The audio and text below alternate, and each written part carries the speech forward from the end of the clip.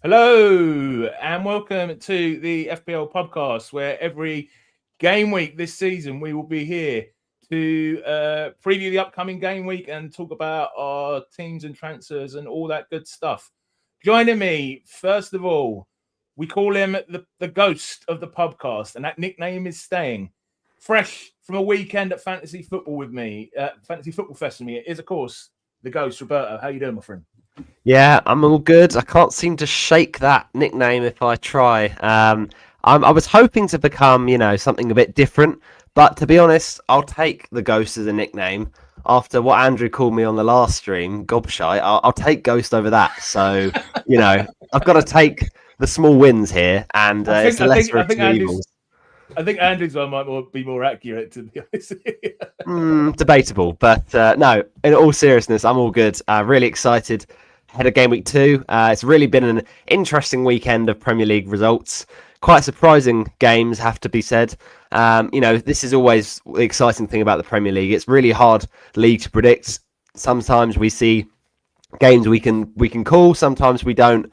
And we love to get invested in every match, and that's why we play FPL. So, excited to look through this weekend's games and look ahead to what's to come.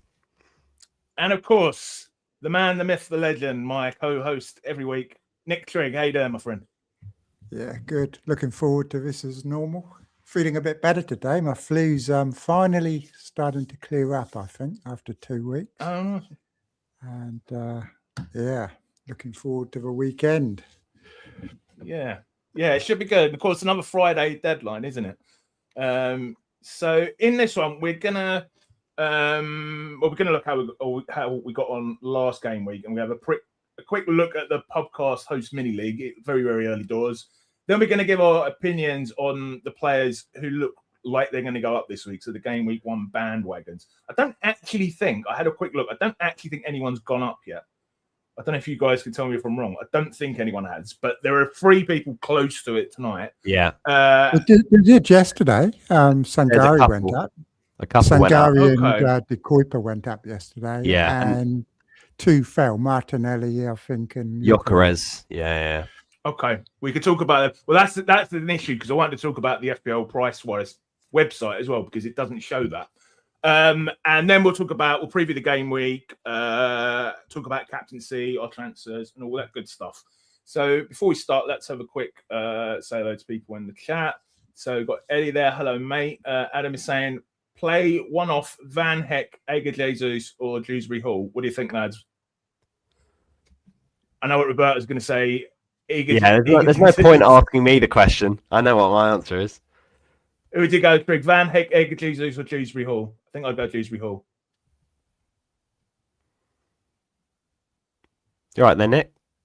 I'm trying to work out who they're playing. I'm just trying to remember. Well, you're thinking, I'll keep saying hello to people. Hi to Hippie, hi to Rob Taff, hi to Dan, hi for FPL Empire of Sun, lovely name there. Hi to Adam, hi to Marcello, great to see you at Fest, mate, the other way, as well as it was Claire, Alex, Prod Giddy, Colm, Shishant, Kevy, Daniel, and I think that's everyone. I think I managed to cover everyone. So let's jump into it. So, as usual, we start the podcast with... before we get onto that, if you want to join the Pubcast Mini League, you can do so by clicking the link in the description. It will automatically sign you up. Or otherwise, the code is 16HW3D. That's 16HW3D. Bottom of the pile this week is young Roberto, who is on 37 points, the lowly rank of 7.6 million. His team for game week 1 was Kinski 2, Calafiori 9, Shaw 1, Ballard 0, Semenyo 2, Fernandez 2, and Burmo 2, Lefay 2s, all the 2s, Holland 4, Captain Ega Jesus 2, and João Pedro with 11. So we said Roberto's likes to gestate on his previous game week a little bit more. So I'm setting him a limit. He's got 3 minutes to talk us through this, ladies and gentlemen. Roberto, talk us through it, my friend. Yeah, so it was quite the game week for many reasons, really. From a football point of view, I was amazed at how surprising it was. Hull winning, Ipswich beating Sunderland, didn't have that in my bingo card for the game week. And I had made a couple changes from the last time I was on ahead of the Game Week 1 deadline. It wasn't the Game Week 1 preview, but previously in my team, I did have, instead of Mbumo, I had Szoboszlai, and instead of Shaw, I think I had Maguire, and then I had a 5.0 mid with Gomez, and instead I changed that to Slater. So yeah, it's really unlucky. I think this team looks great on paper. This weekend, the variance was against me. Kinski, shame, because I was a little bit getting carried away at Fest, and I thought for a second, in the past, FPL, when a penalty's missed, stupidly did give the penalty save to the keeper, but that's no longer a thing. So I forgot that for a split second and then realised, and fair play. But 2 points, not worried about a 4.5 keeper. Calafiori was one of the highlights of the weekend. I was so happy I picked him. And to be honest, I'm preferring him long-term over Ben White. So I know Ben White got his flowers in Game Week 1, but I just worry with Konza coming in. Is there a chance Konza could fill in at right back? Obviously, they've got options at centre-back as well with the likes of Mosquera. But I feel very confident about Calafiori getting the starts. It's just that when the Champions League comes around Game Week 6, there might be some more starts for Hincapié in the sort of longer term. But yeah, really good assist. And João Pedro with an 11-point haul. I was just praying for any returns because by Monday night, I had 26 points in this team. It was painful, and the team looked great on paper, but it just wasn't happening on the weekend. And João Pedro, after 31 seconds, what a legend. And being a Watford fan, that goal, I literally shouted at the TV. I was so happy because I just finally got a goal in my team for the first time in the game week. And yeah, he backed it up with another assist. So looks a fantastic pick. 7.5 million. I think he's the best asset in the game when you think about price. The rest of them, yeah, it's just frustrating. But it could all go my way in Game Week 2 with some good fixtures coming up for those players. So yeah, feeling pretty calm despite how it looks at the moment. I knew this would come. Well done, Roberto. You managed to get it in. I think it was just over 3 minutes. Craig, what do you reckon to Roberto's team? I mean, I've got to say, we were at Fest and we were watching the Man United game. And we were just wanted to bang our heads on the table, didn't we, Roberto? Yeah. Well, I was just relieved. I was relieved at Fest because I didn't captain Bruno, and I was thinking, all right, Haaland, here comes the hat trick against Bournemouth on Sunday, and then yeah, it's just as bad. I mean, the fact is, I mean, I don't know what Nick thinks about this, but you look at that team, it looked great, but ultimately the people who didn't own either Fernandes or Haaland and have gone for players like Emerson, gone for players like Angulo and players like, you know, Semi Ajayi are laughing, but I didn't see many people own those cheaper players. So yes, it looks good to go without Haaland and Bruno this week, but it could swing the other way, couldn't it, this game week, Nick? It's very, very early, isn't it? I mean, they're all looking like good, solid picks. So Igor Jesus was a bit unlucky, I think. And Lefay's got a good fixture this week, hasn't he? The only one I don't really like is Semenyo, but that's because I don't like Maresca. I think he's going to ruin Semenyo. But he's at a good price point where you can change into someone decent after game week 3. And yeah, decent enough team. Obviously, you didn't play a bench boost, so your score's a lot lower than other people's that did. So, yeah, it's fine. Yeah. Okay. Should we move on to your team, Trig? So Trig did a bit better. He's on 48 points, 4.9 million rank. Of course, his ranks don't really mean anything at the minute. He's got Kinski on 2, Maguire on 1. Help me, guys. Mihanovic. Haremovic, right?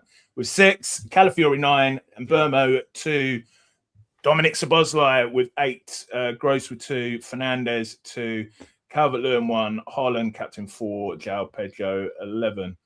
Yeah, talk us through it, Craig. The captaincy really didn't mean anything in the end. It was all built up, wasn't it? Haaland's going to destroy Bruno, and then it was all literally came to nothing. Yeah, I feel it was a bit unlucky this week. I think Haaland was definitely closer to getting points than Bruno was, a lot closer. And how Gross didn't get a penalty, I do not know. And he was close to another tap-in as well. But pretty happy with all the players, to be honest. I'm quite happy with the team. No intention of changing any of them.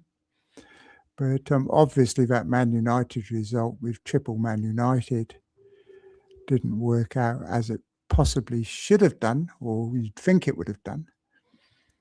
But I'm happy with my Arsenal pick, Mihajlovic. Got Chow on the bench, who's a good pick coming up, I think, in game week 3 and onwards. So, yeah, didn't play the bench boost. Pretty happy with the decision still. And we go forwards. Yeah, you'd only got, what, 8? Is that? So, yeah. Yeah, well, I wouldn't have picked those players if I was going to play a bench boost. Okay. But, yeah, but I like having Chow there because people that were bench boosting in 1 couldn't really get Chow because his initial fixtures weren't great. But I think he's going to be a very popular pickup after game week 3.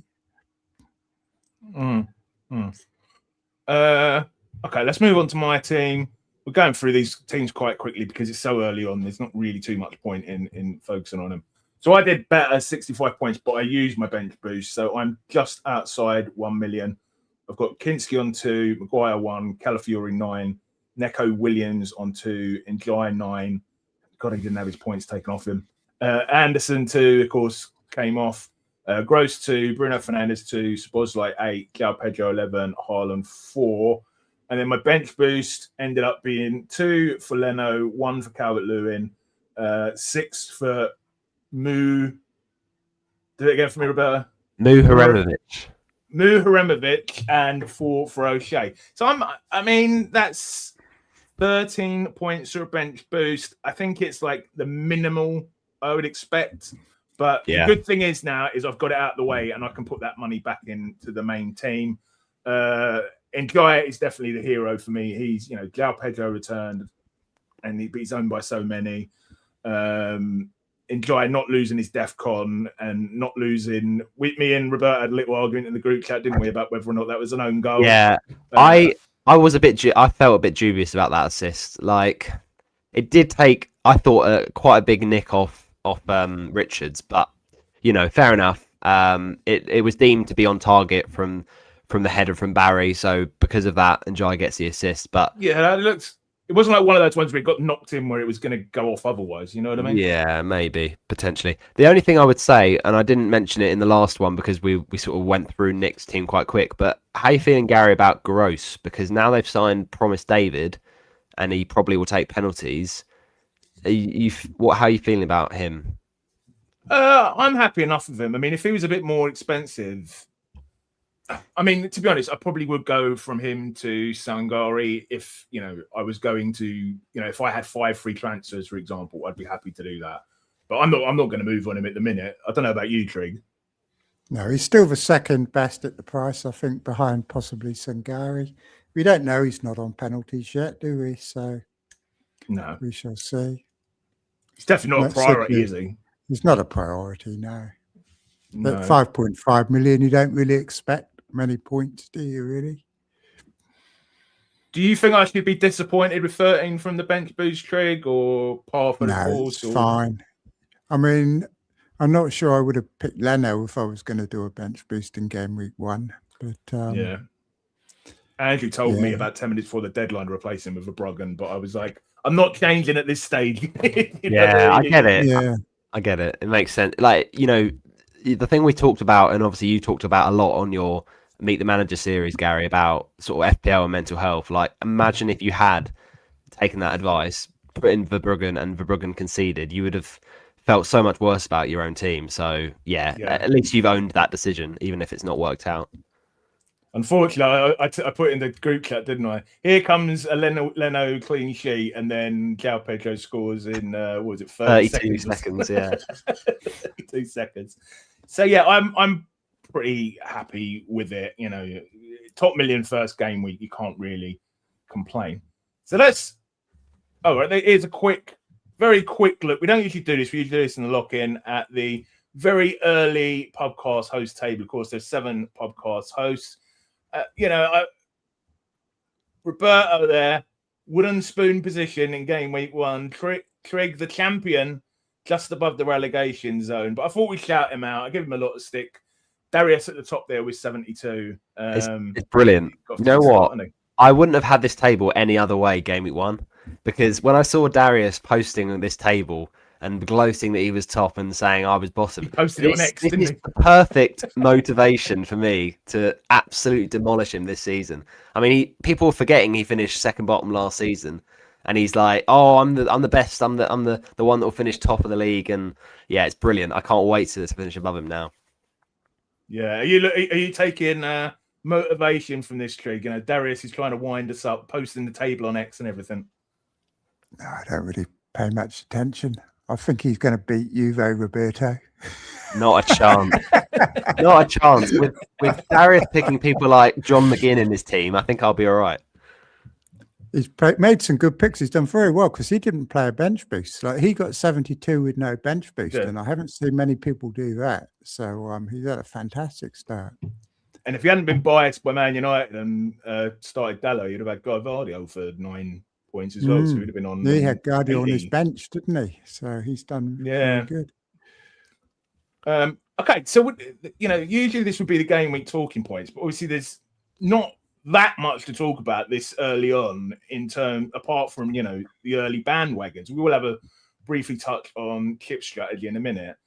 So I'm going to take the slides down a minute and I'm going to stick up the new price predictor because I read there was some issues with this. So one issue with it I have, and we're going to talk about the bandwagon players and what we think of them, is it doesn't tell. All the other price rise sites would tell me if someone had gone up or down. Do you know what I mean?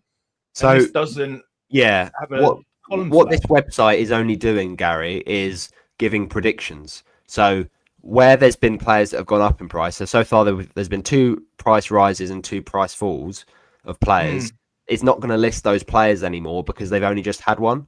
It's almost like all this is going to show is players that haven't gone up yet, but then are going to go up. So in that case, you've got Pedro, Calafiori, and Coyote, who've all gone above the 100% threshold, so should go up in price tonight. And then with the players going down in price, it'll obviously be people on minus 100. And if they've hit that minus 100 already, then they'll definitely, they should go down in price tonight. So, yeah, I think they're just looking for the next trending price rise rather than recording every single previous price rise. It's just an extra column. It's not exactly difficult to put in, is it? I get what I mean. But I suppose the argument from them would be if a player's gone up in price, why include them? Because the chance of them going up twice in 1 week is quite rare. Like it's not usually the fact that happens. So they might sort of think, well, let's just let people see what's coming up. I think they should have included it, but still. Maybe they will. Mark Summons, if you're listening to this, which I'm sure 100% he is, please add that. But let's get into let's cover the players that have gone up already so far. So you said Sangari so far. What's your thoughts on it, Trig? I'll come to you first, mate. Of course, Andrew added, didn't he, FPL Nightmare, and got a couple of assists we got an assist in the community, I can't remember what they call it now, the League Cup. He got 1 assist last night against Birmingham City, and then he obviously got 2 against Tottenham, and he got obviously a goal against whoever they were playing in the pre-season. So he's in good form, isn't he? No, he looks pretty good. I mean, I don't think he's going to get that many assists as, obviously game week 1, he started out absolutely fantastically, hasn't he? It remains to be seen on his minutes. I'm not yet sure if he's going to be playing 90 minutes every week. He came off after 75, didn't he? Just got DEFCONs. I think he was only on 3 at half time and still managed to get them. But he looks a very good pick. Yeah, he's a sort of player can rack them up real fast. But Brentford look good. So, I mean, I wouldn't rush to get him in for the sake of it. But obviously, when we're considering a 5.5 player, then he's very good. The only issue is, of course, that once we get rid of Bruno and we've got lots of money, are there going to be better options in midfield? When we can afford to have the likes of Rodgers instead, are we still going to want a Sangare? So, I mean, a lot of people have got benching headaches with him this week, the ones that bought him last week. So, he is going to become a bit of a benching headache for people, but he's great in that you don't have to make a transfer if you've got someone injured. You can just play him. But whether he's going to be good enough to be in the starting every week. I don't know. People are saying he's a new Anderson, but he's not on any set pieces. And so far, we haven't seen him play 90. So, but we shall see. Did you say someone else had gone up as well? Yeah, the Cowper.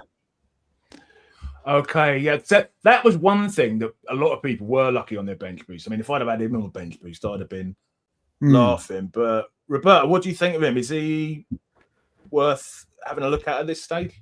I think it's the exact same discussion as Mamadou Sangare, really, because with the Cowper, Brighton, they're an exciting team, but it's too risky. Like, Brighton will be playing tomorrow against Tronzo. That's a huge, huge game for them in the Europa Conference. Yeah. Let's see how the minutes are for all the Brighton players in that one. Obviously, they drew 0-0 in the first leg, so they're going to put all their energy into this match to try and get through. So it's a big game. Like, their match in game week 2 is obviously, they want to do well against Chelsea, but it's not probably the priority. Chelsea are a good side. That's not going to be an easy match for Brighton. And so do you really want to bring in De Cowper, especially not before Thursday night? But even if you brought him in ahead of Friday's deadline, you're probably going to be benching him game week 2. You might as well just wait another week. Like, okay, you've lost the price increase, fine. But by game week 3, if most people have rolled their transfer game week 2, then if you're trying to move a 4.5 defender to the Cowper, you can't do it this week anyway. So you might as well roll the transfer, reassess, and then that's when we want to maybe look at Brighton because they have a good home fixture against Leeds. That's where you could maybe, if the Cowper's looking good or he's not injured, think about it in game week 3. But for now, I think it's too early. One thing, he was playing as a winger, and Matoma's not there at the moment, is he? And he might well sign another one. So he might not be playing in that position very much going forward, but we shall see. It's really if he is converted to a winger, then he's going to be very good value, isn't he? It is a really interesting thing with the Brighton left backs at the moment. So I have Kadioglu in my team. I was pretty set on going for him because of the minutes pre-season and before the season started. Now, obviously, Hertzler is not always very helpful when it comes to press conferences because he didn't mention anything about Kadioglu being injured. It was a very minor injury. So he didn't in the end feature. But Brighton have just signed another left back. I forget his name now, but it's a bit of a concern as a Kadioglu owner. But it might be that we get to game week 3 and we realise Kadioglu's fit and that this left back has just been brought in as a backup. So it may not be an issue, but it's just one to monitor, I think. I think he's been brought in so that De Cuyper can stay as a winger, but we shall see. But we can't be sure yet. I think it's too early to be knee-jerking these players in, even Sangare, really. Yeah. What about this one? I will say, so we'll go to the ones that are actually on the list now. So likely to go up tonight is João Pedro. I mean, first of all, I think everyone has him, but surely, Trig, that's not a knee-jerk. The way they're playing, the fixtures they've got after game week 3 with Arsenal, if you haven't got him, you should be getting him, shouldn't you? Well, I mean, people buying him probably started with Gyökeres or somebody, didn't they? So obviously it's an obvious move to make. Probably people that had auto teams and have just realised the game started, so we're all buying João Pedro. So it's logical. He looks the best value player in the game, I'd say, pretty much. Yeah, I mean, I don't see an argument for not buying him. Do you know what I mean? Like, obviously Chelsea. It's funny. Chelsea actually play in the Carabao Cup as well, and they play against Luton, who is the former rivals of Watford when Pedro was playing. He actually had a really good record against Luton as a Watford player, and he scored against Luton on his debut for Brighton, people might remember. But obviously, I don't imagine João Pedro will start that game, but, wait and see. And then, ahead of the Brighton game, his old side, I think he's a no-brainer if you haven't already got him. The thing will be interesting is how many people will have a vice captaincy on him. Like, I'm not saying necessarily he's going to be the best captain because we have Fernandes and Haaland there for a reason. But with how well he plays, some people might be tempted, especially Chelsea fans, I think, because there's just not many sort of really good informed strikers at the moment. João Pedro is definitely one of them. What about Calafiori? I mean, this is a little bit, so he's again likely, if you listening rather than watching, is likely to go up tonight. What do you reckon for him, Trig? Because of course there is a risk he could lose his place, isn't there? When with Hincampe and I don't think he'll lose his place, but he could be rested occasionally. Once the Champions League starts, or come off early. I mean, he's a decent enough pick. If you've got him, you obviously hold him. I'm not sure he'd be the one I'd be buying now. I mean, I think you're better off getting Conser in if you want to buy. Can you be sure though? Cheap Arsenal defender. Like, have you seen Conser's up there on the highest sold this week? Yeah, he's really going to end up dropping. So yeah, that'd be really good. Him up for 4.4 million, which is absolutely. But don't you think, Nick, doesn't have much upside though? Don't you think, Nick, until the Champions League starts, that Calafiori is the preferred left back, and so we should see some starts at least up until around game week 5 when the Champions League kicks in? Oh yeah, we certainly will. I think Calafiori's fine. Yeah. If someone just wants the cheapest route possible into Arsenal's defence, they're going to go Conser in the next few weeks, I think. Yeah. I think that's the thing. We'll see in the Villa game. It'll be so ironic if he's the one that starts against his old side, but I'm not so sure we can be right now with the info we have confident of a start this game week. Game week 3. Got to wait till he starts, I think. Then we get him, don't we? I don't think he's got a huge upside. I'm not sure he's one of the best defenders in the game because, he's not going to get DEFCONs. He's not going to get bonus points. Very unlikely to. Yeah. So it's basically 6 points or 2 points. With the way I would frame it with Konza is if you already have an Arsenal defender, then think about it. If you don't already own an Arsenal defender, I would go for another more expensive option because you sort of want Konza as your double backup because he's a cheat code pricing in terms of 4.5 for an Arsenal defender is an absolute steal. But I wouldn't have him as your only one because there's the attacking upside that Calafiori and occasionally White can offer as well. I mean, he's probably going to get about 140 points by the end.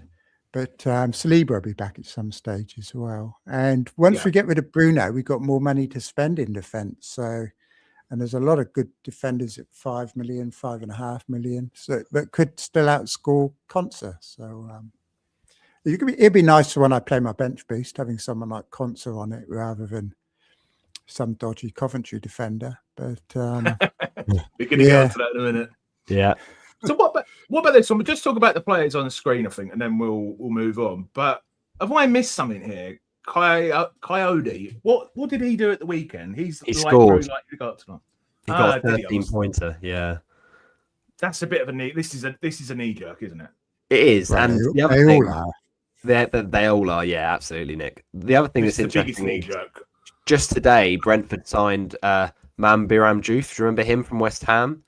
So that's a bit of a left-back competition for Coyote. Now, don't get me wrong, I expect Coyote to start at left-back against Leeds, but it's one to monitor. There are options now for Brentford, and I think Diouf is perfect for that Brentford team, delivering in balls for Thiago. I think Diouf could be a really nice, if he gets some consistent minutes, a bit like with Konza. If we wait and see how many starts Diouf starts getting, he could be really good. I wonder what his price will be. That will be the interesting thing. But I wouldn't be going for a Brentford. Well, I say that. I don't hate the Brentford defence, but I think if you're going to get a Brentford defender, you may as well just go for Christopher Ayer, because whilst Van den Berg is out, I expect Ayer to keep getting these DEFCONs. Now, Coyote's goal is not going to be repeated. He's not one that tends to get attacking returns. So you may as well just, sort of go with Coyote. He's a bit sort of lower owned. And the thing with Coyote is, as I said, the DEFCONs, I was really impressed by Brentford just in general last weekend. And Leeds, I think, struggled to create too many chances against Nottingham Forest. So if I had to back one of those teams in Leeds Brentford to keep a clean sheet, I'd probably say Brentford, to be honest. And again, week 3, it's Sunderland, so it's not a bad fixture. Do you know what comes to mind here is a few seasons ago, I can't remember, Anderson, Joachim Anderson was still at Crystal Palace. And he scored, and everyone was saying, bring in Guehi, he's a better player. And then Anderson just kept on scoring. I know it's unlikely, you know what I mean? But and he ended up being one of the top highest scoring defenders. Yeah. Can we move on to Odegaard, Trig? I mean, I've got to applaud Darius for choosing him here. He picked up. I didn't pick up. He was only 6.5 million. What do you reckon to this one? He's likely to rise tonight for anyone listening. Yeah, he's never been a fantastic FPL pick, has he? But No. he's been around the edges a few times. He's another one who you're gonna, are probably gonna be out-muscled by the likes of Rodgers, aren't they? So I don't think I'd be bringing him in, certainly. Million cheaper than Rodgers, though. Yeah, his price, it makes him appealing. He used to be 7.5 or 8.5, didn't he? But there was talk they might sell him a few weeks ago, but that seems to have died down. So whether he'll play every game or not now, I don't know. Once Champions League starts, that's going Barry to be has a the goal issue. again tonight, Samson. Yeah. Barry has another goal, apparently. Yeah. We've got Bruno G as well lurking around when he's fit. So we'll see how that changes Arsenal's lineup. Yeah, I think the problem with these teams, like I like some of these players, but I do think, like we've said before, it's just too early. Like, it's 1 week of information, and players like Brentford defenders, all right, Coyote, if it's Coyote at right back for Brentford, or Juve coming in at left back, or Lewis Potter at left back who scored at the weekend, like, these might be just complete flash in the pans, because we've seen it previous seasons where they've scored game week 1 and then they've just not been touched all season. So, like, I think it's an exception with the Arsenal and Chelsea players here, because we expect them to be consistent across the season. But if you've scored big points as a 4.5 defender in game week 1, then I think we can overlook it. Okay, let's move on to the man who is in the title of the stream. And I'm going to come to you, Trig, of course, as I think you're quite big on this player. Basically, the man who defined me and Trig's seasons last year in terms of Trig doing better than me. Palmer, of course, scored, got an assist, back on form. Not likely to change tonight, but he's on 75%. Probably going to change by the deadline. Do we get him in? But probably more pertinently, when do we get him in, Trig? Yeah, I mean, I've penciled him in for game week 4. Well, we're taking Bruno out. I mean, that looks the most logical point. I'd actually prefer to take Bruno out in 3, but then Palmer has Arsenal away, so it doesn't really make much sense. Yeah. So game week 4 looks a logical move. I mean, Fulham were very open, but we've seen that Palmer can still absolutely dominate a game. Like, he was superb. So, do you believe in the narrative? Maresca obviously took it out of him. Sorry, Trig. Do you believe in the narrative that he could be back? Then you don't think? Yeah, he is back. He's definitely back. I mean, the ability's still there. That's what we saw. He's still there. So, and Maresca stifled him, just like he's going to do with Roberto's pick, Semenyo. So, given freedom, allowed to play with freedom again and enjoy football. If he's left to enjoy it, he's fantastic. If they try and overcoach him, then he doesn't perform so well. He's got his best mate Rodgers in the team with him now, and they're looking very good. But they're not going to get a team as open as Fulham very often. This game with Brighton's much more indicative, I think, of what we can expect from Palmer. We'll see. Yeah. We still don't know with Chelsea. Caicedo may be back, which will help them be a bit more solid at least. But no, he looks great. You don't know if he's on penalties, though, do we? Because we had that cryptic message last week. You think if he's really back to his best, he will be on penalties again. He's the best penalty taker in the league. No, that's a blasphemy on João Pedro, Gary. Come on, he's the best penalty. Yeah, João Pedro is really good at them. But Palmer did miss a couple when he was like not at his best. Yeah. But when he was at his best, he was scoring every week. So it was probably a confidence thing. So we don't know, do we? We don't know. Yeah.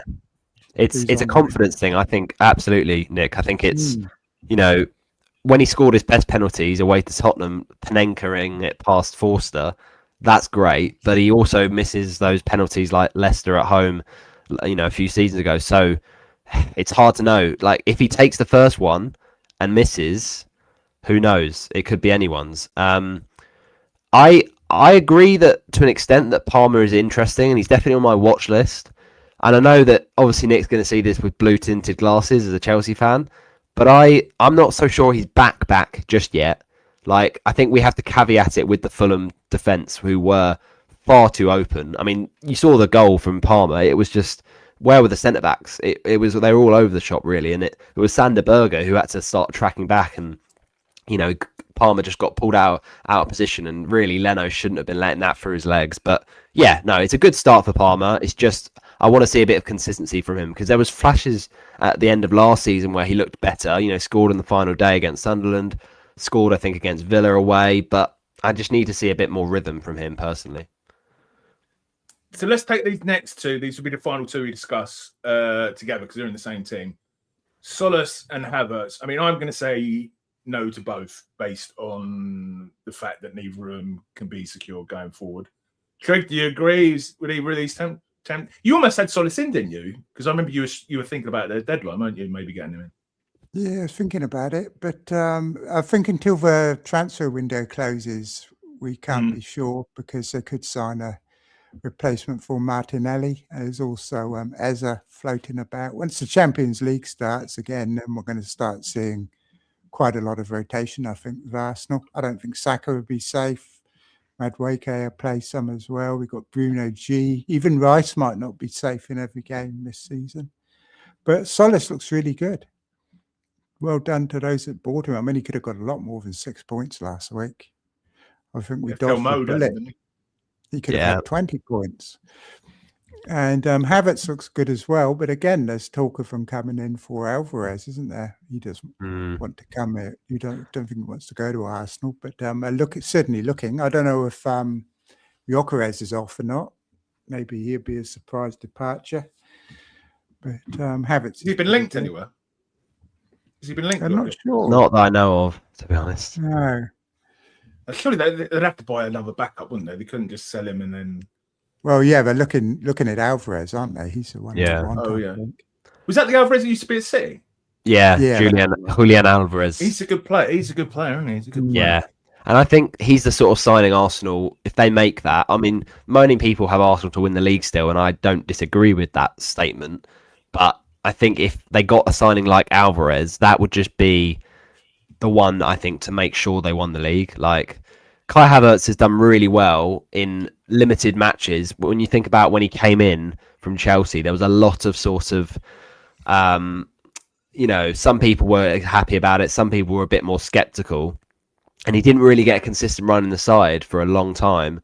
Started scoring off the bench. And then last season really did come in clutch when it mattered. Now, admittedly, Gyökeres is still there. So it's not that Havertz will play every game every week. But like from a profile point of view, a prolific point of view, you want someone like an Alvarez who he's just a serial winner. He won it all with Man City. So that could well be the quality and, step up in quality that they probably need.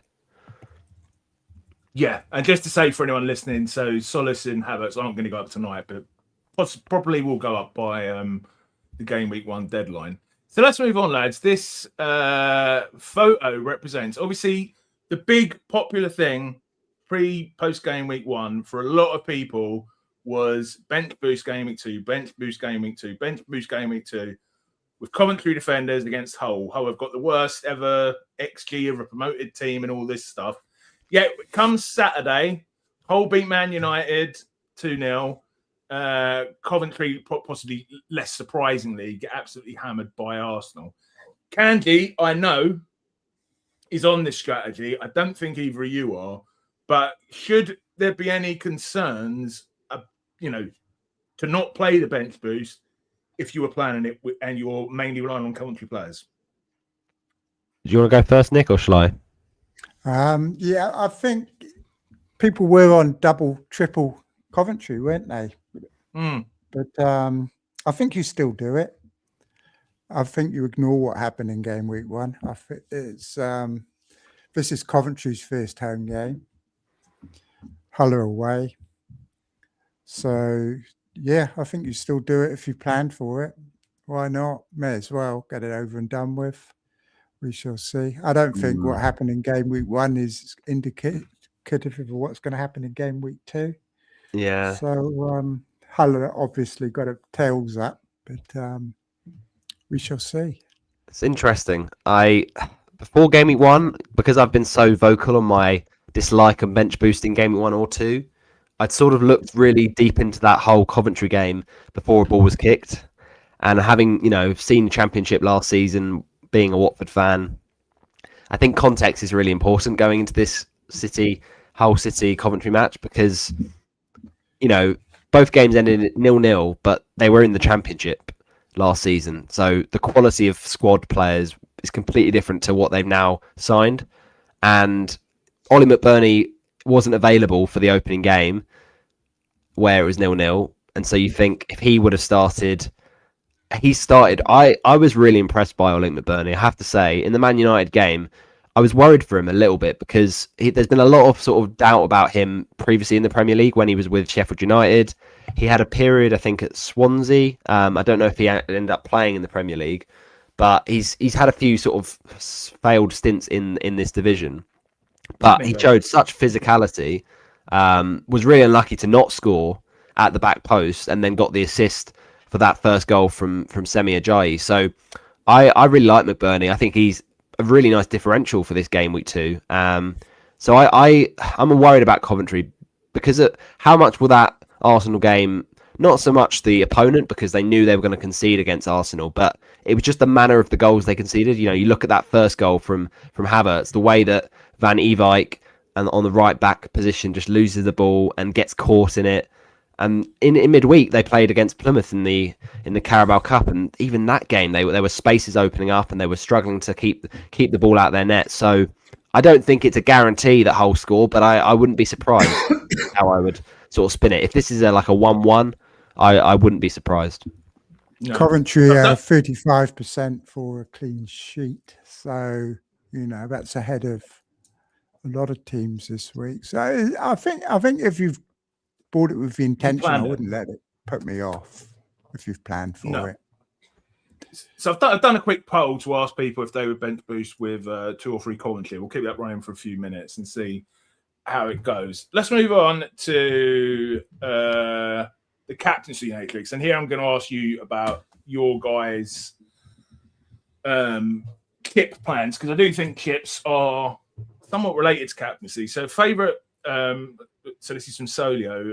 Highest scorer this week, according to Solio, will be Bruno Fernandes, who is 2.7 more than the second predicted, who is Haaland. Then in game week 3, it's Haaland, who is 2.6 higher predicted points than the second best. Then Palmer game week 4, 0.5 higher than the second best. Then Haaland, 0.9 higher. Game week 5, game week 6, Fernandes, 0.7 higher. And then Haaland, again, in game week 7, 2 higher predicted points than his nearest rival there, which is Bruno Fernandes. So, yeah, maybe we'll talk about actual captaincy for this game week on the next slide, lads, when we do the game week preview. But what are your early kit plans and how you... I mean, I guess it's a bit different for us because we've got Haaland. But say you don't have Haaland game week 3. A lot of people talking about free hitting, then, aren't they, Nick? Yeah, they are. I think some are changing to wildcard, aren't they? But so you free hit him, it means you don't have him the following week, or game week 5, you won't have him, or 7 potentially. So, and but people are sick of Bruno, so I think they're going to want to get Haaland back. You know, because like in game week 5. If you don't have Haaland, you're going to captain Bruno. But if Bruno's still looking rubbish, then there's a massive drop-off after him. So I think people are going to wildcard Haaland back in, especially if he scores this week. But it's not the ideal week to wildcard, game week 3. But I think that's what people will end up doing. Before I go to Roberto, Trig, have you got any... Because I decided to bench boost in game week 1. I've not really got any other chip plans, except I'm probably going to triple captain Haaland in game week 3. Have you thought any more about your chips? Yeah, I'm looking at a triple captain in game week 3. I think it's a good week because other people can't do it because they have to use their other chips. And if you look at that, he's far ahead. 8.5 is by far the highest of any other week by the look of it. I don't know if we'll get a better opportunity because after that the Champions League starts and Marmouche is going and they haven't signed any other striker yet. So I mean, you'd have to think Haaland is nailed on for minutes in game week 3. Perfect time to play it. I'm thinking about a bench boost in game week 7 because both my keepers play promoted teams. So we shall see. And by then I should have players like Sangari and Conser and that to put on the bench. So I can probably make a fairly decent bench boost by then. And I hadn't really thought. That does give us an advantage over people who haven't got the no Haalanders. At the minute, it's the no Haaland draft versus the Haaland draft, really, isn't it? Yeah, and most people are using a chip in game week 3, aren't they? So they can't use their triple captain. So increases the variance, of course, playing it in a different week than them. But it does look a pretty attractive week to play it. But you don't have to go on Haaland, no. I mean, there's always Palmer or João Pedro at some future date. We shall see. Interesting game week 4. Palmer's ahead, but I mean, he's only ahead of João Pedro and Rodgers. No other player. He's a long way ahead of any other player from any other team. That's the smallest difference between first and second, 0.5 points. Yeah, the same question you with another Chelsea player, though. That's the point I'm making. Yeah. So people are going to have to go with a Chelsea player, I think, in game week 4. But yeah, you don't need Palmer, do you? You can go with João Pedro. You can, yeah. Roberto, same question to you. Any thoughts on chips and is the captaincy? How much is that bearing in mind? Yeah, I mean, before the season started, I had penciled in for triple captain game week 3 or game week 7. I think there might be more rotation though around game week 7 because around game week 6 you've got Champions League kicking in, and so there's going to be more midweeks being taken up, so less sort of rest between matches at the weekend, and so more Sunday games and more Monday games. So I'm a bit more concerned about game week 7.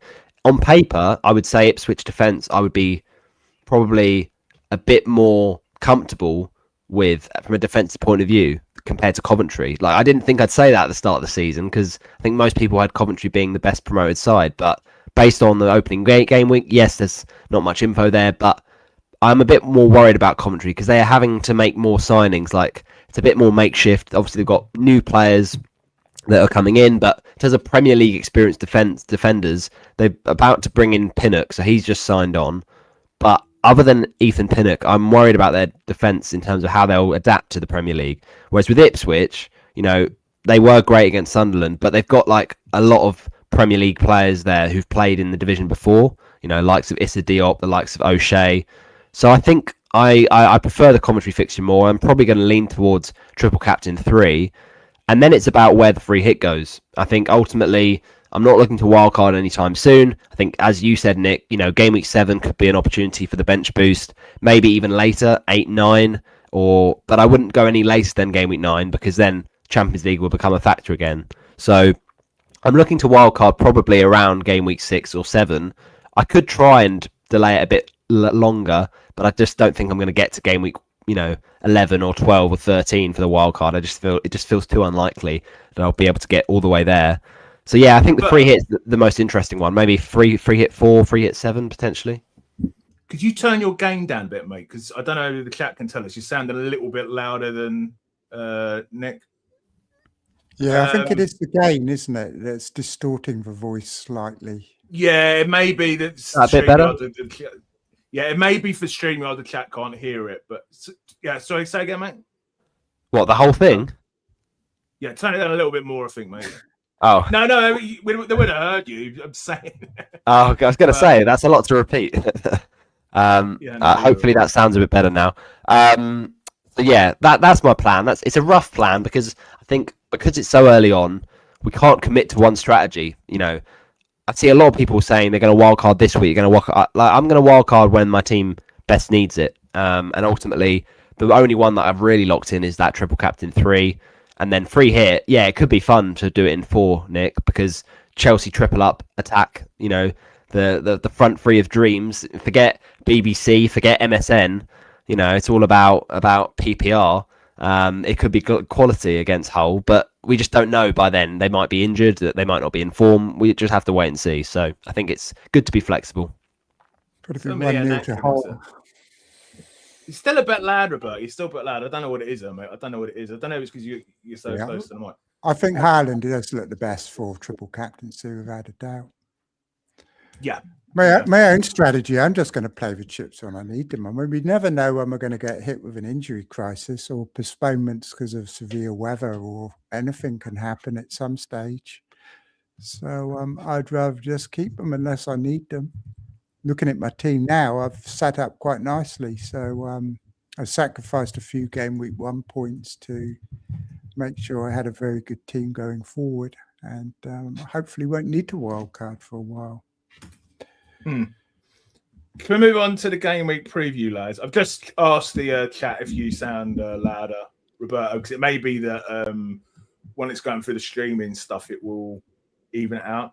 So this is the goals and predicted goals and clean sheet odds for game week 2.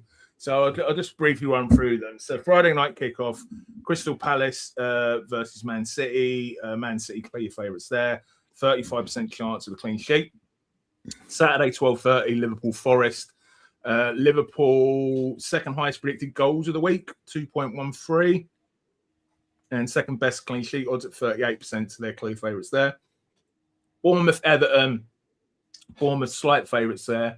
Coventry, Hull. Coventry, slight favourites there. Well, a bit more than slight favourites. Decent enough clean sheet odds of 33%. But, that's a 2 out of 3 chance they're going to concede. Bear that in mind if you're planning the bench boost. Then Spurs versus Newcastle. Spurs, slight favourites there. Chelsea, Brighton. Chelsea, slight favourites. Leeds, Brentford, very, very, very, very close. Basically predicted a draw, but Leeds, the most marginal favourites. Sunderland, Fulham is similar. Sunderland, very marginal favourites. Man United versus Ipswich. Man United have second best clean sheet odds of 41%. And the highest predicted goals at 2.16, and obviously a clear favourites. And then on Monday night, Villa versus Arsenal. Arsenal have the best clean sheet odds at 42%, and the highest goals. And 1.9 predicted goals. So I'm just going to end this poll. This is the poll. Would you bench boost this game week with 2 or 3 Coventry players? It's pretty split, but we've got yes 50%. Where have the results gone? I think the no was something like 39%, and don't know. I don't know why when I end the poll it just disappears. And no was something like 5%. So I think that generally reflects what we were saying, lads. It's sort of a mixed bag. But Trig, I'll come to you first, mate. Who are you thinking of captaining this week? And then I will start our captaincy poll. I was thinking Bruno, but I looked at the poll on Fantasy Scout, and Haaland's actually leading it. I was quite surprised. I mean, United still predicted to score more goals than City are. I guess Haaland's share of them is going to be higher than Bruno's, but I think there'll be a reaction from United. There has to be a big reaction after that first game. So, I mean, we got Bruno into captain him in game week 2, so I'll be going with the polls, but I wouldn't be surprised if Bruno leads for polls by the end of it, but we shall see. Palace haven't been great either, though, so yeah, it's a difficult one. But I'd favour the home player, I think, in this position, really. Who should I put as a third option, Trig, in our poll? Pedro? Or Liverpool? A Liverpool player? I'll go Pedro. Yeah, put Pedro in. I'll go Pedro or someone else. I mean, there's lots of players to go for. I'm going to quit because Nick did convince me. I was very tempted to captain Bruno last week, and Nick was top of the polls, Haaland. And I was like, thank God I listened to Nick when I was on the way home for Fest, and then it ended up meaning it didn't matter at all. Yeah. It's a shame. He looked the most likely of the two, didn't he? I mean, definitely looked the most likely, but we didn't get any points for it. We got FPL discomfort, and they're saying Solace. He's and Dan saying McBurney captain. They're all quite low, aren't they? These projections, all fairly low. Yeah, it's not a massive predicted. I mean, if we were going to go with this, it probably is Bruno, isn't it? Because he's got the highest predicted. It's the best fixture. You'd think maybe a clean sheet. Yeah, I mean, I think captaincy is really interesting. So when the fixtures came out, I did like a little captaincy matrix just in my head. I wrote it down for most of it, but I sort of went through the first 5 game weeks and worked out what's the best fixture for a captain. And so I looked at game week 2 and thought it's going to be a Man United player. Now, obviously, how much we take that whole game in our thoughts when this captaincy decision comes around is up to you. I like to play captaincy by fixture rather than by form. So I think playing transfers by form makes more sense because you've got players in momentum. Obviously, fixtures can breed form for certain players, but I think when it comes to the captaincy, you probably know the best captaincy picks are before the season started because they're the premium players. I think it's too risky to captain players that aren't premium, in terms of their regular point scoring. Players like McBurney, fair play if you go there this week, but I wouldn't do it because we know Bruno and Haaland are regular points getters. So I really do think Pedro's a good shout. Like that Brighton game could be open, but what you've done to your mic, I think it's actually made it worse. No one was commenting about it before. It's louder than ever before. I don't know what it is, mate. I don't know what it is. Honestly, not a clue. Not a clue what's going on. Anyway, maybe try and move away from the mic a bit. Like my one is like a foot away from me. Is this better? Does that sound better? Yeah, that sounds better. Anyway, I think Pedro is actually not a bad shout. I think there'll be a few vice captaincy on Pedro. Maybe not captaincy, but it's just because he doesn't have penalties, as far as we know, at least.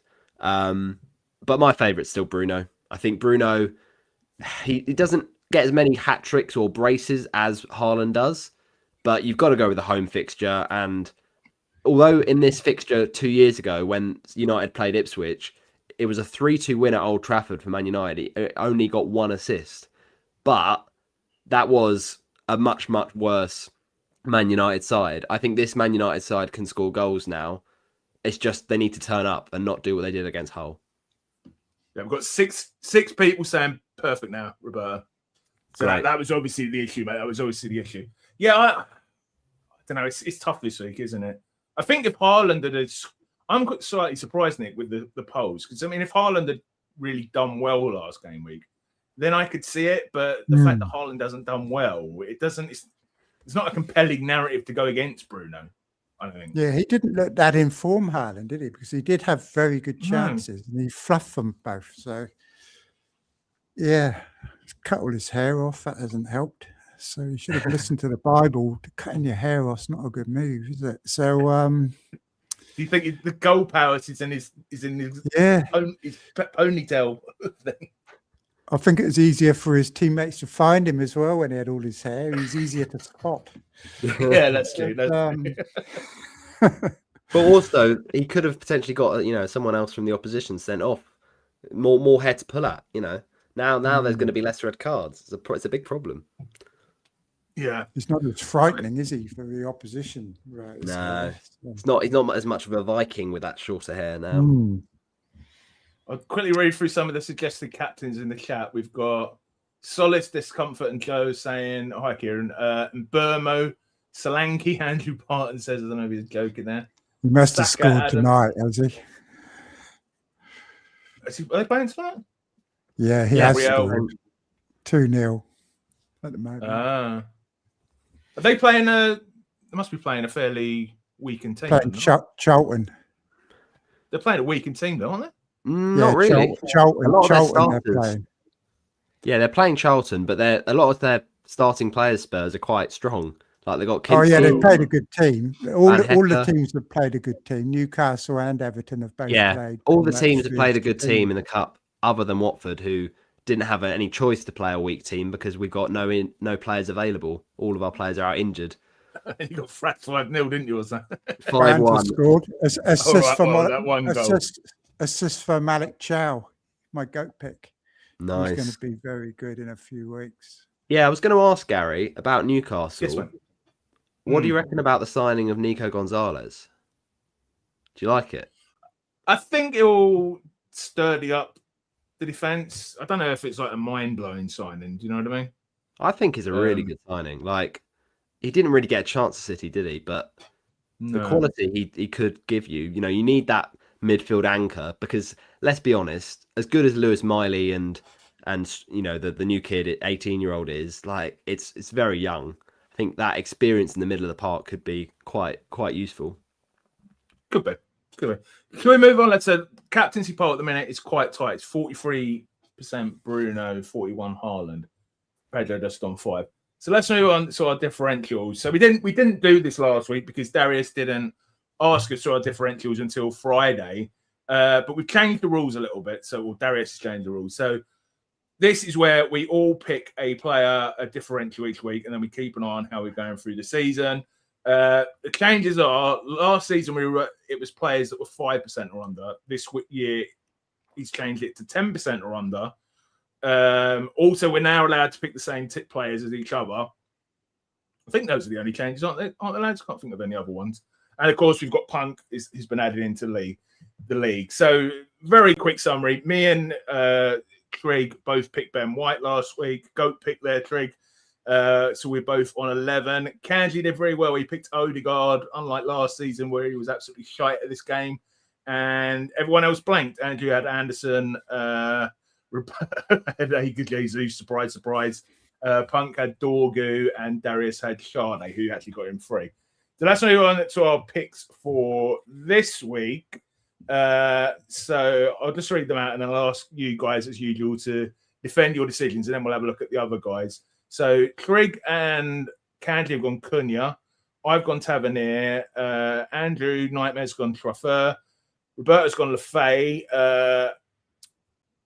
Lee Punk has gone Havertz, and Darius has gone for Gapco. So Trig, do you want to talk us through your Cunha pick there? I listened to Darius's differentials video. He didn't like this pick. Yeah, well, we'll see. I'm not sure about his minutes. That's the only thing. But first home game of the season. Played for Brazil, of course, who's been away. But yeah, could be the Cunha day today or this weekend. So I thought I'd put him in. I did think about your pick, Tavernier, as a steady sort of a player to put in. But I went with Cunha in the end. Went with the fixture. Do you think he'll start? Well, I hope he starts. You never know. I mean, there's Rashford floating about now as well, isn't he? Yeah. So, I wouldn't be surprised if see. Rashford... I mean, he obviously came on for a half, didn't he, against Hull? I wouldn't be surprised if Rashford started this one, you know. Isn't Sesko back this week? Or am I wrong? I might be wrong. Yeah, I don't know if he's back. But Sesko came on, didn't he, against Hull? So you would imagine he gets some minutes again. It depends how the manager reacts to that shit show last week, really, doesn't it? So. And Roberto, you've gone with one of the most highly sold players this week, Lefay at home to Fulham, mate. Yeah, I mean, I don't read anything into the fact he's one of the most highly sold. I mean, everyone makes knee-jerk, crazy decisions after game week 1. I think he's one of the best picks at his price point still. I mean, yes, it wasn't great for Sunderland against Ipswich, and yes, Enzo Lefay wasn't involved, but, you know, so many good 6.0 mids didn't do anything game week 1. Doesn't mean there'll be a bad pick game week 2. I mean, Fulham defensively were so open against Chelsea, and Sunderland, in all their good games last season, most of them were at home. I mean, he takes penalties, he's creative, he's nailed to get quite a lot of minutes. Occasionally he might come off with about 10 minutes to go, but he should get the majority of minutes. And he was just so good for Sunderland last season. So I think with that fixture, I really like him this week. I think, you know, there's not going to be many other penalty takers that are under 10% owned going into this game week. So yeah, I think he's a nice shout. Look at that stats though for game week 1, assuming that Darius hasn't made typos, which often doesn't. It's XG 0.0, XA 0.03. I mean, they did. Confidence. They fell flat against Ipswich for sure, but you know, it's the first week. So, and the other thing is as well, like there are other cheaper midfielders you could go for at Sunderland. Like Xhaka got, you know, the assist, even though he didn't really do much, but he looks good for Defcon Xhaka every season. Obviously, Angulo at 5.0 scored the free kick. So there are other good Sunderland picks. So Lefay, I think, is a bit more expensive, but I think he could be worth that extra. So I've gone with Tavernier. I mean, do I really need to explain my decisions at this point in this differentials game, lads? I wiped the ball with you all last year. I'm already joint top of the league. No, I was really impressed with him in game week 1 against City.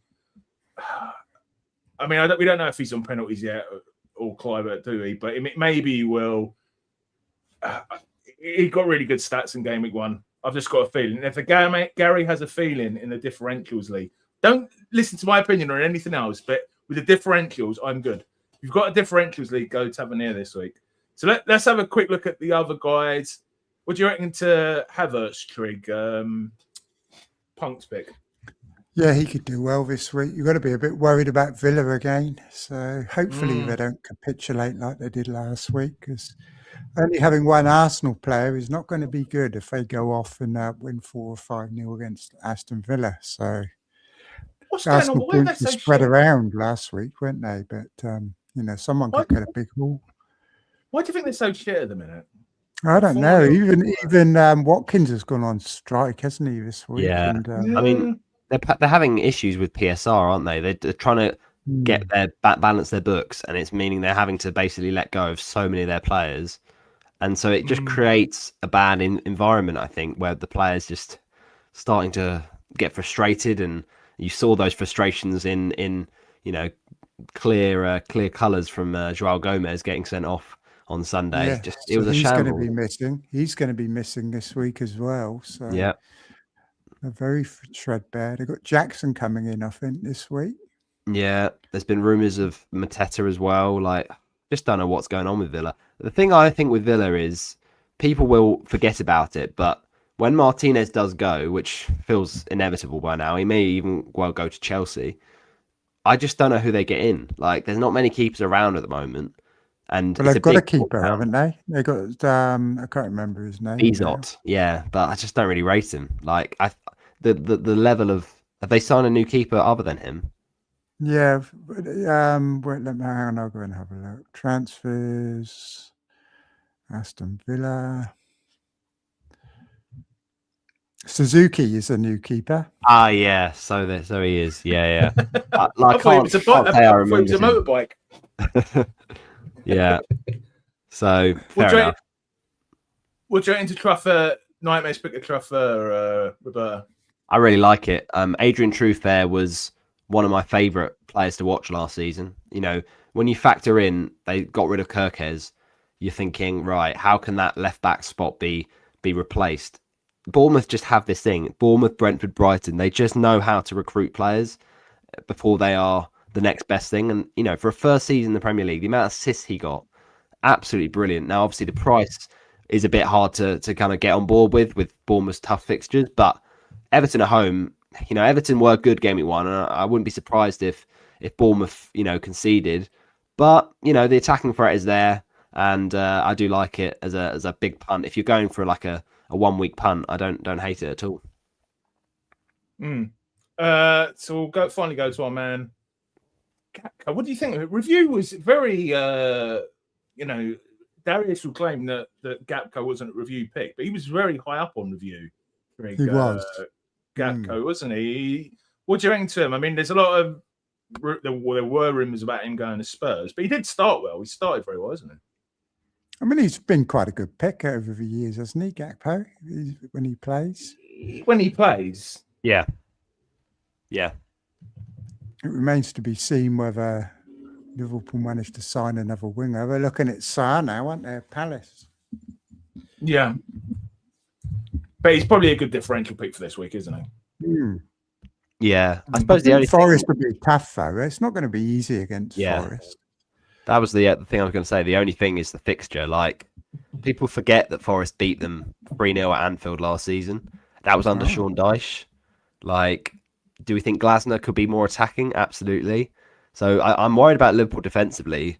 But yeah, there should be goals for Liverpool in this game. It's just whether they can keep them out their own net, I think.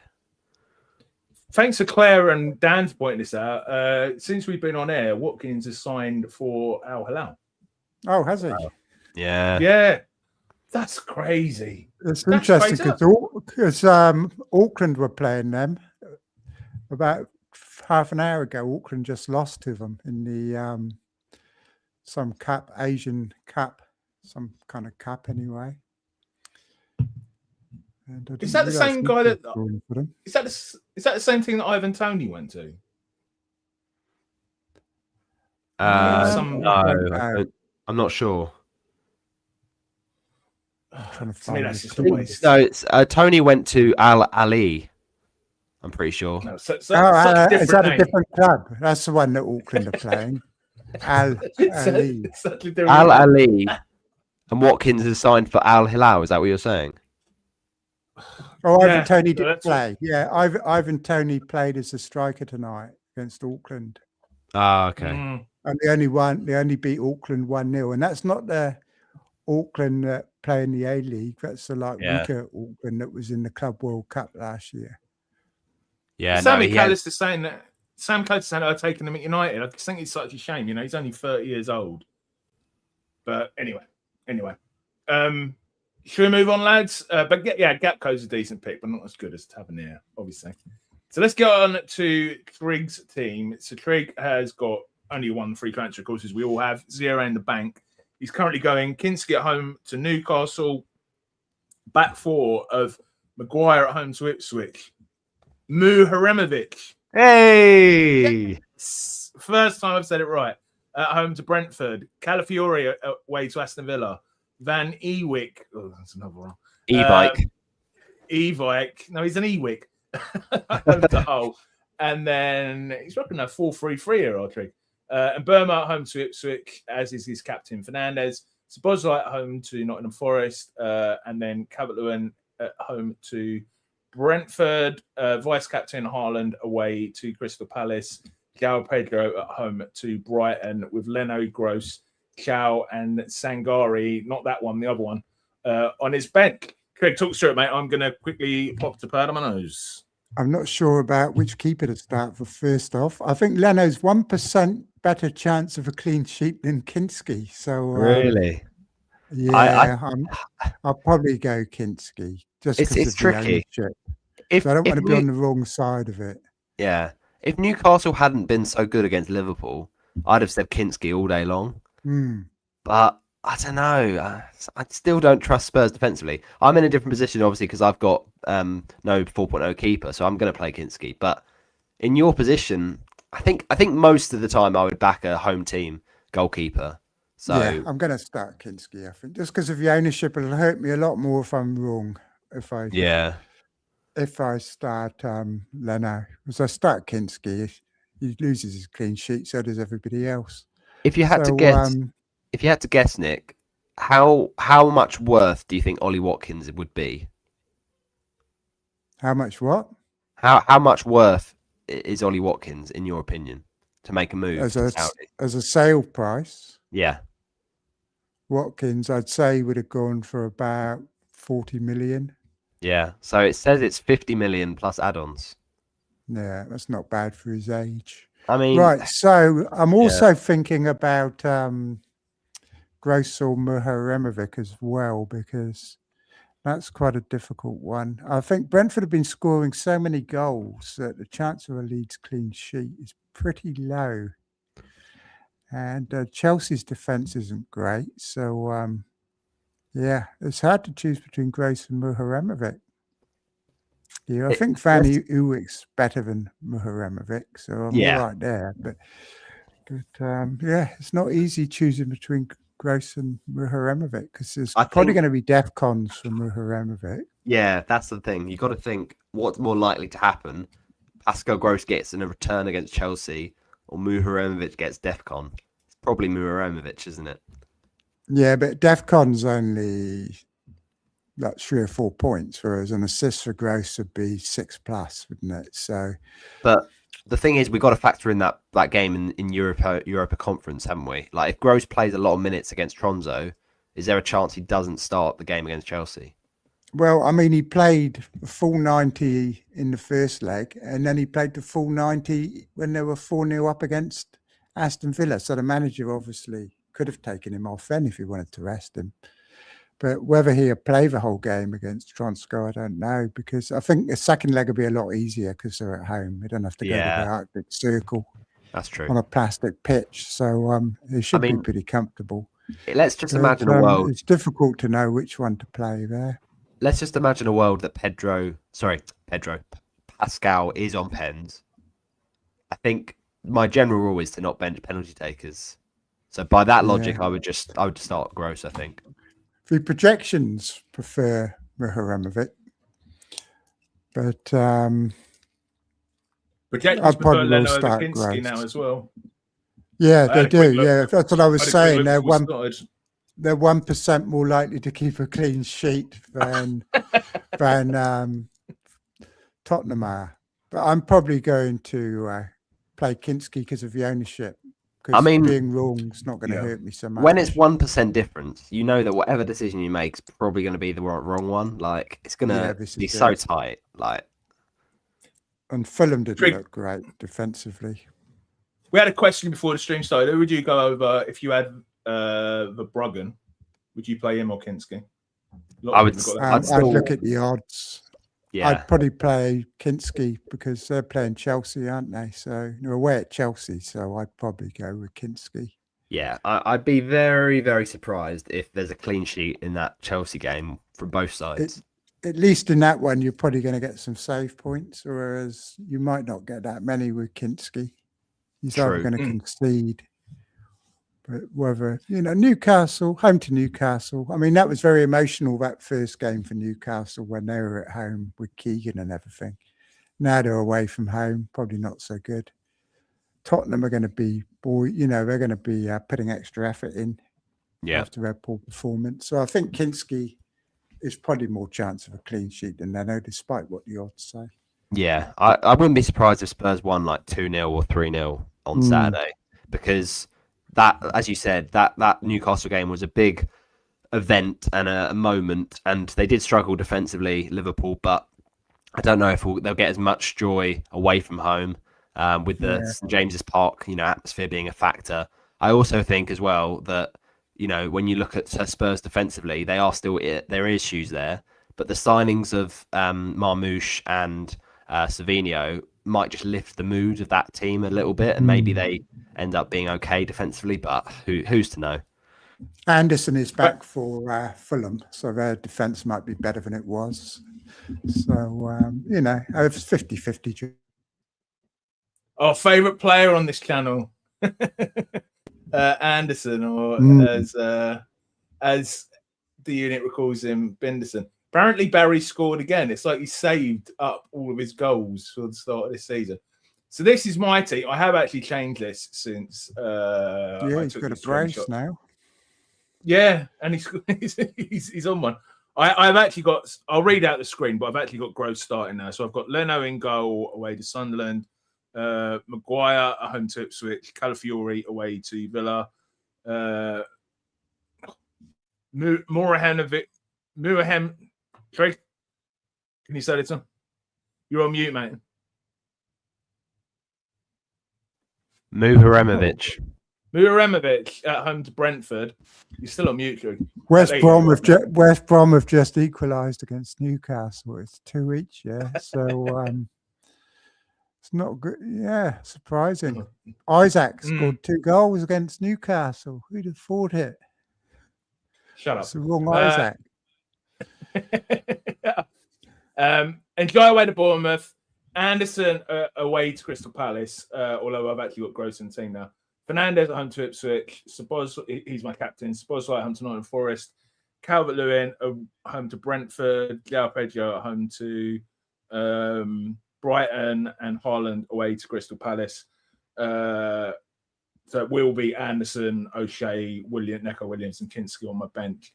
Yeah, I mean, and I've got 0.5 in the bank. So I could potentially make a move this week, lads, if I really wanted to. But, it's the what's the word?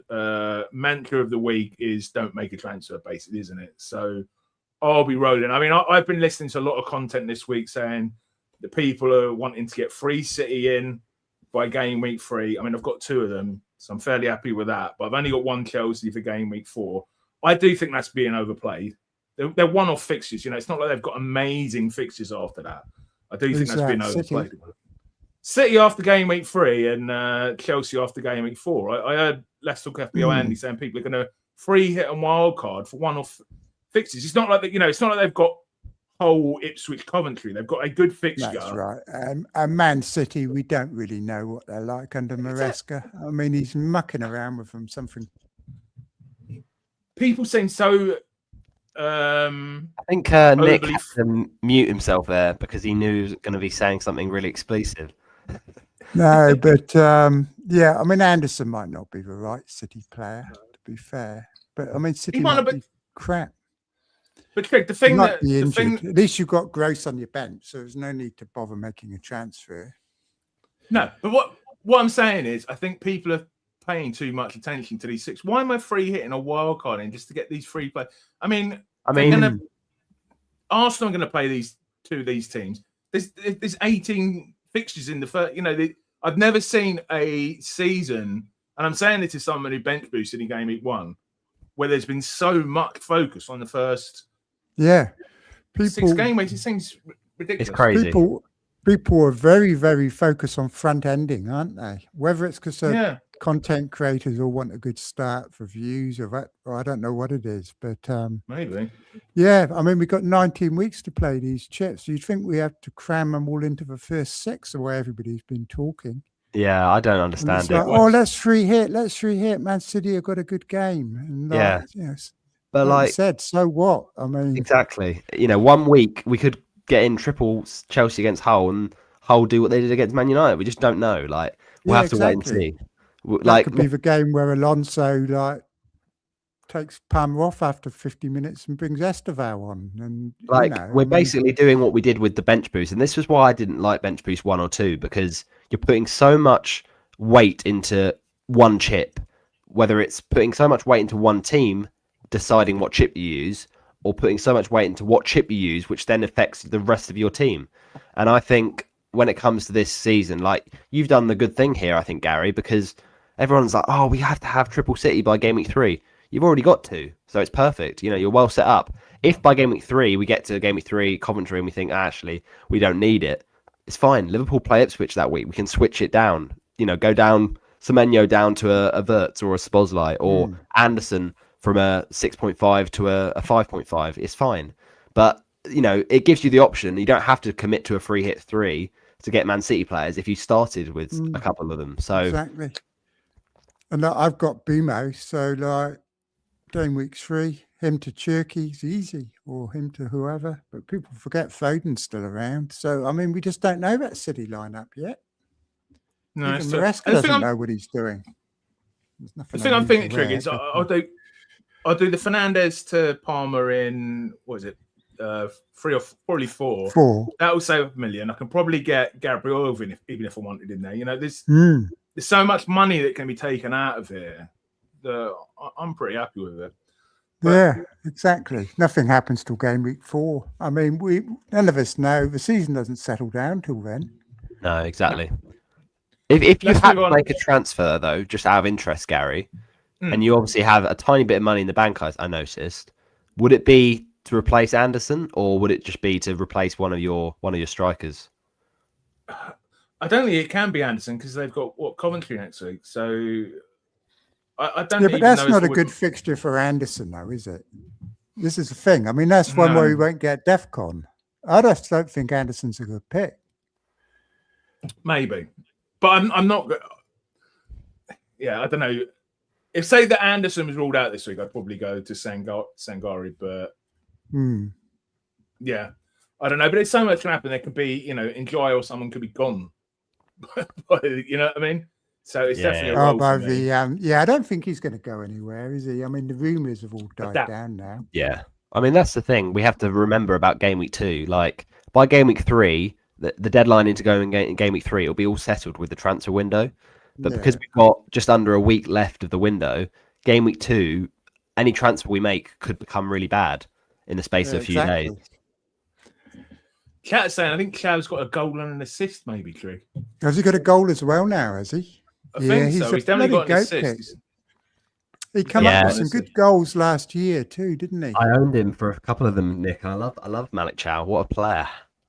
I'd love him. I'm not going to get him. He's only got one assist. He's only got one assist. Oh, he's only got an assist. All right, let's move on to Roberto's team. So Roberto has got Kinski at home to Newcastle, Calafiori away to Aston Villa, Shaw at home to Ipswich, Ballard at home to Fulham, Semenyo away to Crystal Palace, Bruno, so all of three of us are on Bruno captain, at home to Ipswich, and Burma at home to Ipswich, Lafay at home to Fulham. That's why you're differential, yeah. You're back now. You're backing yourself. Fair enough. Haaland away to Crystal Palace. João Pedro at home to Brighton. Igor Jesus away to Liverpool, and you've got Steele, Slater, Davis, and Kadioglu on your bench. Talk us through it, Roberta. Yeah, I mean, there's not much to say, to be honest. Looks great for game week 2. The one that's people will say, oh, why have you still got him? He's not a good option. Is Igor Jesus, but people are going to doubt Forest in that Liverpool game, and I encourage them to, because then when Liverpool do concede a couple, I'll be saying, remember about Igor Jesus, because he was the most impressive attacker for Forest, in my opinion, against Leeds. And then obviously, funnily enough, they played each other again in midweek in the Carabao Cup, and Jesus started that one as well. I think he's very good for minutes. Now, the thing that's interesting is Delap has come in. I don't expect him to start against Liverpool. I'd be very, very surprised. And the good thing about Igor Jesus is he can play as the sort of starting striker if Wood isn't playing, or he can do what he did when Chris Wood came on against Leeds in the Premier League, which was he sort of moved into a 10 position. So I think minutes-wise, he's actually quite good, Igor Jesus. It's just whether or not Forest can score against Liverpool. We'll wait and see, but I think he's decent still. I back him over the first 2 weeks over DCL, and as things stand, he's 1 point up on him. So fingers crossed. Barry scored a hat-trick, calling the screaming for vengeance. Savio's come on as well for Tottenham for his debut after 71 minutes. Nice. And Pedro Porro's come on as well, so he could well be starting at the weekend. Yeah, I imagine Savio will start against Newcastle. I would be surprised if he didn't. And Pedro Porro's back. Mickey van der Ven's played half an hour as well. So their signs are looking better for Tottenham. And apparently our new signing... Goalie hasn't conceded, Kinski. Apparently our new signing, Dedic, is looking very good. Trig, any thoughts on Roberto's thing, mate? Yeah, looks good. Just got to hope for some more points than he got in game week 1. Surely it can't be any worse. And this is where the Mick McCarthy, meme comes in. It can. Well, Igor Jesus, you wouldn't play Slater instead? No, you probably wouldn't, would you? Nah. Slater's a great 4.5 if he has to come in for minutes, but I wouldn't be starting Slater, no. No, it looks a good team. Are you worried about Ballard at all? Not really. I see a lot of people saying they're worried about Ballard's minutes. I can't believe that, because he's probably one of the most nailed players in that team, I believe. Like Alderete, he's had his injury issues in pre-season, and obviously they had 09, Alderete, they've got a few centre-backs, but Ballard is their number 1 centre-back, in my opinion. So I'm just hoping for a set-piece goal, for something, at least a clean sheet. I mean, Fulham, they actually look quite decent going forward against Chelsea, but away from home, with the big atmosphere of the Stadium of Light. By the way, that the actual Stadium of Light, the name for it is Estádio da Luz, which is Portuguese for Stadium of Light. That was taken by Benfica first. So just putting that out there, Stadium of Light was copied by the Black Cats. But no, I think they will win. I saw enough from that Fulham defensive performance that I'm encouraged by. Just hope that Sunderland can step back up to the plate. Anderson's back though for Fulham. That might make a difference. That'll make it worse for them, I think. Binderson. And because they're away from home, they probably won't be so adventurous, so they might set up a bit more defensively minded. Might be low scoring, I think, that one. Let's wrap up. So a couple of plugs. Please do join us for the FPL lock-in on Saturday. We will be reacting to Saturday's games. I think me, Kanji, and Darius are going at 8 o'clock. And thanks so much to anyone who joined. Lads, that was the second highest viewed stream we've ever done, that one on Saturday. So that would be great. And please do to get the stream out there and subscribe. Savio. Has he already scored? Is he? He scored. Yeah, he's only Amazing 10 minutes into his debut. What a start for the lad. He's changed his name and it's made the world. Yeah. Going Savinho to Savio is what he needed to start scoring some goals. So, Roberto, I'll come to you first, mate. Where can people find you? I mean, you're actually... So, Roberto, I got him involved in the podcast last season. Previously, he had his own... Well, you did at the start of last season, your own thing. And then you basically disappeared apart from popping on the podcast occasionally. But you're coming back now, Roberto. You're getting back into... I can't promise anything long-term because ultimately my job is quite time-consuming when I get back into it. So when that comes around in a week or so, that's going to take up a bit more of my time. But luckily, in the summer holidays, I had a bit more time. Was able to get out a Game Week 1 team selection and a Game Week 1 review and Game Week 2 preview. So I got out where can people watch that if they want to watch it? Exactly, yeah. If they want to get a bit more insight on 37 points and what that means in my FPL history, then do watch my latest video reviewing Game Week 1 and looking ahead to this week. And as I said, a lot of the stuff I talked about tonight will be added to in that video. That was really good fun. So thanks for all the support on that. And we're on 253 subscribers now. I think we're starting to climb up a little bit. So yeah, any support is much appreciated. And I'll just be getting it out if and when I can. But yeah, that's FPL Yellow Army on YouTube. And then on Twitter, I'm at Roberto Hollis 9. And you also had that excellent video from Fantasy Football Fest that Trig, you found fascinating, didn't you, my friend? That interview with Praz, it's Oh, tip top, wasn't it? Roberto's video of Fest. It helped me nod off. It was great. I had a nice afternoon. Well, what I will say, as someone who went to Fest and was actually bothered to turn up in person, Nick, I would say it was a brilliant event. Fly over from New Zealand. Oh, I tell you, there are plenty of people that do that, Gary. Go over from Australia, New Zealand. It's just about a level of commitment, whether you've got it or not.